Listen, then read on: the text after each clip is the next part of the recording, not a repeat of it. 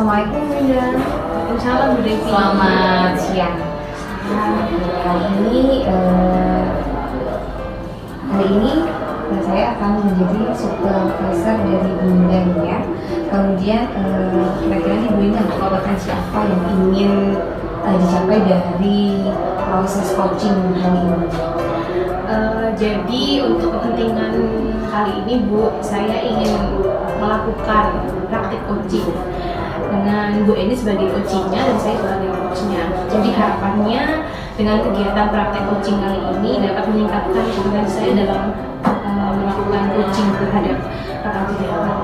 Seperti itu. Sebelumnya nih Bu Ida, kalau kita ambil skala penilaian nih, kalau dari 1 sampai 10, kira-kira tingkat coachingnya Bu Winda ini kira-kira mencapai di tingkat berapa untuk saat ini? Kalau saya pribadi itu menilai diri saya itu mungkin di sekitar 7 ya Bu ya. Karena dari alur ceritanya saja sebenarnya saya sudah mulai memahami dan dalam prakteknya pun, dalam praktek sebelumnya pun saya sudah mulai memperlakukan langkah-langkah tirta dan juga rasa. Tapi mungkin yang kurang dari saya adalah menampilkan pertanyaan-pertanyaan yang berbeda. Jadi mungkin kalau diambil skala mungkin saya masih di skala 7. Baiklah, kalau begitu kemudian harapannya nih nanti di coaching ini harapannya Bu Winda nanti mau apa? Harapan saya sebenarnya lebih ke meningkatkan variasi pertanyaan saya ketika melakukan coaching dengan teman sejawat. Jadi karena kan poin dari coaching sendiri itu adalah bagaimana cara kita itu memberikan pertanyaan-pertanyaan yang berbobot gitu. Dan juga istilahnya kayak mengambil kata kunci dari coaching kita. Jadi tanpa menjudgment atau tanpa juga memberikan solusi, tapi hanya memberikan pertanyaan-pertanyaan tematik yang sifatnya nanti solusi itu akan dihasilkan sendiri oleh rekan yang kita sedang coaching tadi. Oke, baik Bu Winda. Silakan Bu Winda untuk melakukan coaching bersama Bu Eni. Kemudian nanti saya akan mencoba mengamati apa yang akan dilakukan Bu Winda, dan kemudian nanti di akhir saya akan melakukan evaluasi dari apa yang telah dilakukan sama Bu Winda. Terima kasih Bu Devi. Semoga Oke, berhasil ya. Amin. Oke. Assalamualaikum Bu Eni. Waalaikumsalam. Selamat siang Bu Eni.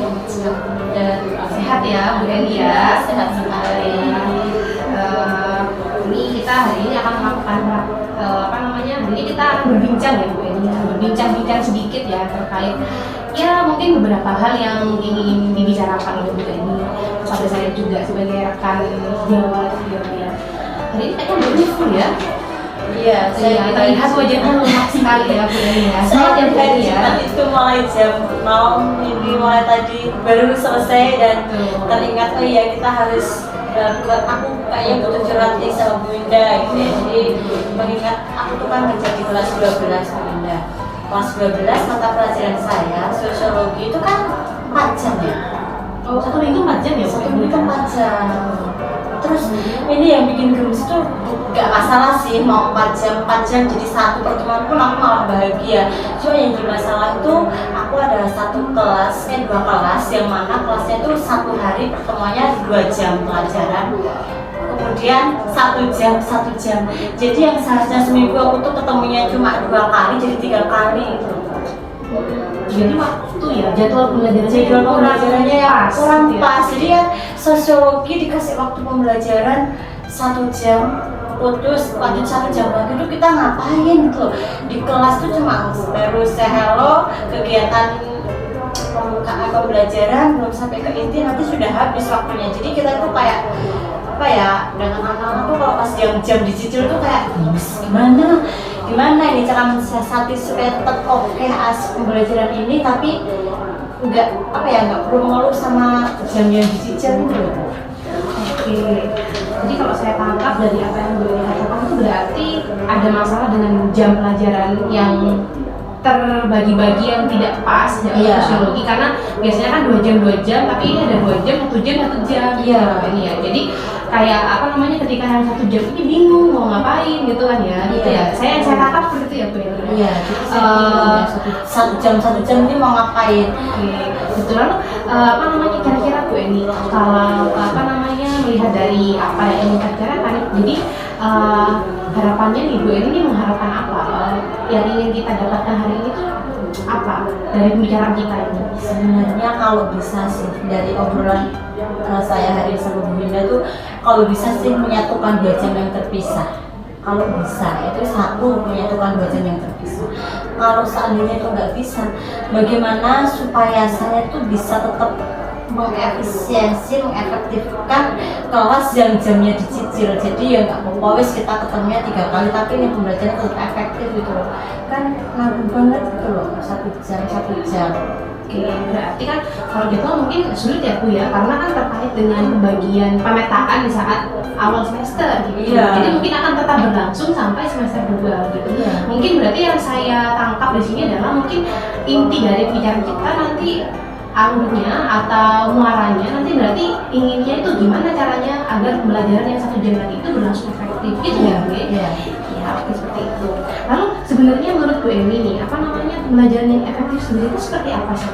Jadi kalau menurut saya ya, karena pelajaran kita ini kan sosiologi, jadi pembelajaran yang efektif itu adalah pembelajaran yang dimana ketika kita membahas sebuah teori di dalam kelas, kemudian nanti kita menghadirkan sebuah diskusi yang satu kelas ini akan terlibat. Nah, itu kan otomatis dengan alokasi waktu yang 2 jam kan efektif kan ya, pembukaannya sekian menit, penutupnya sekian menit, kegiatan inti saya sekian menit, nanti proses diskusi yang anak dan sekaligus apa kasih pemaparannya materi kan cukup, itu kan langsung total satu kegiatan hari ini selesai, ukur kita punya goal tujuan akhir gitu loh Bu.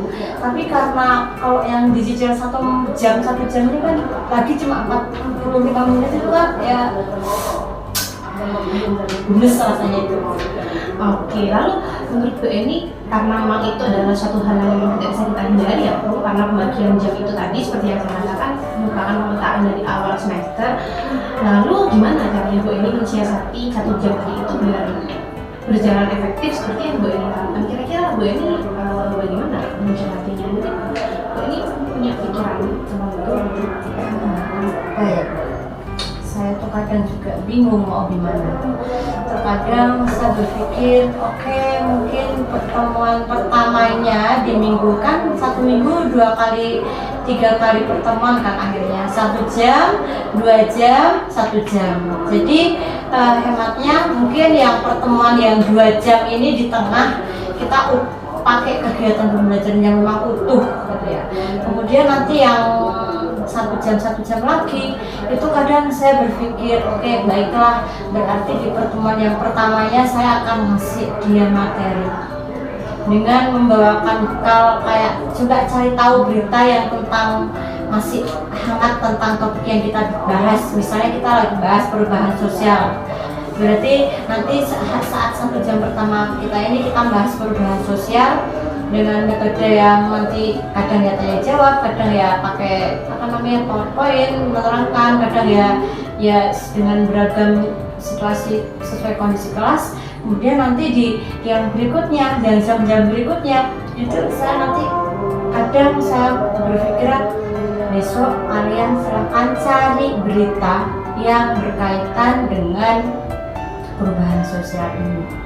Nah, baru nanti di pertemuan berikutnya masing-masing kelompok, karena otomatis berkumpul tiap kelompok, mereka akan ini Bu, berita perubahan sosial seperti itu sebetulnya. Nah, nanti kita akan kaji cross check kembali dengan teori yang sudah kita bahas di awal, apa faktor pendorongnya, apa namanya penghambatnya, dampaknya bagaimana, seperti itu.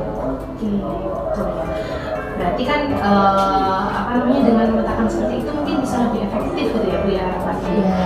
Terus kalau menurut Bu Eni, kira-kira kalau melakukan hal seperti itu kira-kira ada hambatan nggak dalam pengajarannya? Apakah mungkin muncul hambatan? Itu nanti yang menjadi hambatan adalah gini, karena kan namanya minat belajar anak itu kan ada yang sekali suka minat sama bahasan kali ini, kemudian ya sudah ini semangat kita bawa sampai besok, ini kadang besoknya sudah auranya berbeda. Ini jadi masalah keduanya yang saya alami itu selain tadi merasa terbagi waktunya, akhirnya nanti muncul minat aura vibes yang berbeda di pertemuan yang keduanya itu loh Bu. Lalu gimana rencana Bu Eni, kalau menurut Bu Eni gimana cara meningkatkan minat anak-anak, apalagi kan ini sebenarnya ini kan fisiologi merupakan kalau saya Bu ya menangkapnya kan fisiologi merupakan pembelajaran bagaimana anak-anak juga bisa bersosial ya Bu ya. Yeah. Jadi atau bisa istilahnya kayak menganalisis bagaimana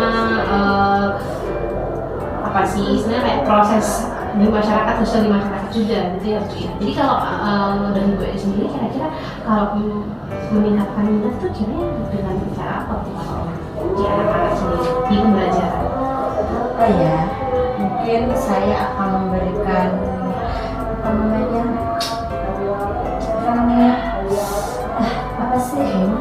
game, kemudian ice breaking, kemudian kadang kalau terlihat anak sudah mulai kayak minatnya beda, itu kita pakai ice breaking. Kalau sudah ice breaking kembali ke mereka fokus, nanti kalau memungkinkan saya biasanya sisipin stop ya dari KSI, kita coba berhenti sejenak ya, dengan dengan segala yang ada saat itu secara tiba-tiba sampai akhirnya nanti lah perasaan kembali agak bergairah. Nah di situ baru kita lanjut kegiatan.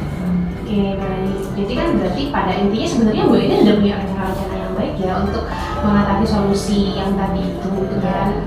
Lalu untuk tindak lanjut ke depannya Bu ini kira-kira rencana tersebut akan dilakukan apa? Ya, jadi mungkin kalau ini kan sudah di akhir pembelajaran di semester 1 ya Bu Winda semester ganjil. Mungkin nanti di semester genap itu akan saya benar-benar persiapkan secara matang apa yang sudah saya paparkan tadi. Jadi benar-benar ya meskipun kelasnya jamnya dicicil ya nggak ada istilah kita untuk kurang bersemangat untuk masuk kelas, karena gimana pun caranya nanti harapannya tetap bisa disiasati. Kalau nggak dengan cara yang seperti tadi, mungkin kita akan bawa kayak semacam kasus ya. Jadi lebih membawa anak ini memahami bagaimana sih isu-isu sosial yang ada dengan mengangkat berita-berita yang ada, terus mereka akan jadi lebih peka. Jadi kegiatan 1 jam itu ternyata dipakai untuk sharing isu yang ada di masyarakat, ternyata membuat kita terus nanti kangen lagi nih kapan lagi ketemu kalau bisa setiap hari sosiologi kayak gitu. Iya. Berarti mungkin akan melaksanakan di masa genap ya Bu ini. Iya. Oke, berarti kan sebenarnya sudah ada solusi yang dilakukan, kemudian juga yang akan dilakukan maksudnya, kemudian juga nanti direncanakan untuk semester genap. Ya mungkin itu ya Bu ini yang muara dari pembicaraan kita pada siang hari ini. Harapan saya adalah mungkin nantinya Bu Eni bisa menerapkan apa yang sudah kita bicarakan gitu ya, sehingga masalah atau kegalauan dari hati Bu Eni nanti bisa teratasi gitu ya Bu Eni. Mungkin pada pertemuan selanjutnya kita akan bahas hasil dari apa yang sudah Bu Eni terapkan di kawasan. Apakah itu berhasil gitu kan, kemudian kalau nggak berhasil mungkin apa selanjutnya, apa kendalanya ya, nanti di bulan Januari minggu kedua mungkin ya Bu Ida ya, karena kan minggu pertama otomatis mungkin sudah mulai pembelajaran kan, kita kan nggak mungkin setelah liburan terus ada tenang dulu kan, nggak mungkin. Kita kan otomatis tanggal 2 kita masuk, otomatis tanggal 3 kita sudah sangat efektif sekali. Jadi mungkin di minggu kedua, ketiga nanti saya sudah bisa mulai menangkap hasil dari apa yang saya rencanakan ini. Nanti saya akan sharing kembali dengan Bu Winda apabila nanti saya mendapatkan kendala-kendala yang saya perlu sharing begitu Bu Winda. Saya tunggu sharing ya Bu Eni, karena memang saya lihat dari apa pemikiran dari yang Bu Eni sampaikan sebenarnya sudah cukup luar biasa ya, dan rencananya itu juga sudah cukup detail. Mungkin hanya butuh tindak lanjut ke depannya saja. Mungkin dulu ya Bu Eni ya, mungkin kita cukupkan sampai di sini. Nanti kita akan kembali berbincang-bincang di kemudian hari jika ada kesempatannya. Terima kasih Bu Eni. Sama-sama, terima kasih Bu Winda udah bersedia. Oke.